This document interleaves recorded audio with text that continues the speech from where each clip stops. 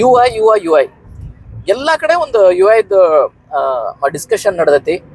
ಒಂದಿಷ್ಟು ಪರ್ಸೆಂಟೇಜ್ ಮಂದಿ ಅದೇನು ಅಷ್ಟು ಹೇಳ್ಕೊಳ್ಳೋಂಗಿಲ್ಲ, ಏನು ಅರ್ಥನೇ ಇಲ್ಲ ಅಂತಾರ.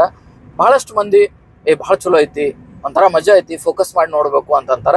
ಇವ್ರಿಬ್ಬರ ನಡುವೆ ಒಂದಿಷ್ಟು ಮಂದಿ ಕುಂತಾರ, ಏನ್ ಪಿಕ್ಚರ್ ಹೋಗುನೋ ಏನ್ ಬ್ಯಾಡೋ, ಚಲೋ ಐತೋ ಏನಿಲ್ಲೋ ಅಂತೇಳಿ.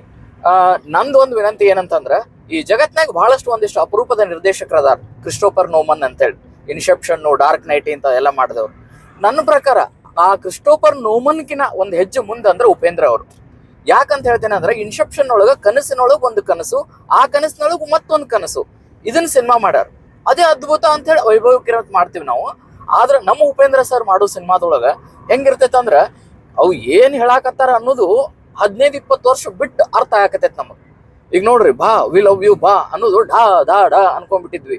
ಹಂಗ ಬಹಳ ವಿಚಿತ್ರ. ಅಂದ್ರೆ ಸೂಪರ್ನೊಳಗ ತಮ್ಮ ಟ್ಯಾಲೆಂಟ್ ಅನ್ನ ಅವ್ರು ಪ್ರೂವ್ ಮಾಡಾರ, ಶೋದೊಳಗೆ ಪ್ರೂವ್ ಮಾಡಾರ, ಬಹಳಷ್ಟು ಸಿನಿಮಾದೊಳಗೆ ತಾವೇನು ಅಂತ ಪ್ರೂವ್ ಮಾಡಾರ. ಅದು ಬಹಳ ದಿನ ನಂತರ ಅರ್ಥ ಆಗೈತಿ.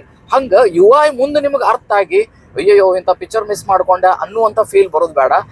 UI ಟ್ರೆಂಡ್ ಇರುವೊಳಗ ನೀವು ಆ ಟ್ರೆಂಡ್ ಒಳಗ ಹೋಗಿ ಸಿನಿಮಾ ನೋಡಿ ಮಜಾ ಮಾಡ್ರಿ. ಹೊಳ್ಳಿ ನಮ್ಮ ಕನ್ನಡದ ಅಪರೂಪದ ನಿರ್ದೇಶಕರಿಗೆ ಆ ಮೂಲಕ ಒಂದು ಸಲ್ಯೂಟ್ ಮಾಡ್ರಿ ಅಂತೇಳಿ ನಿಮ್ಗೆ ವಿನಂತಿಸ್ಕೋತೇನೆ.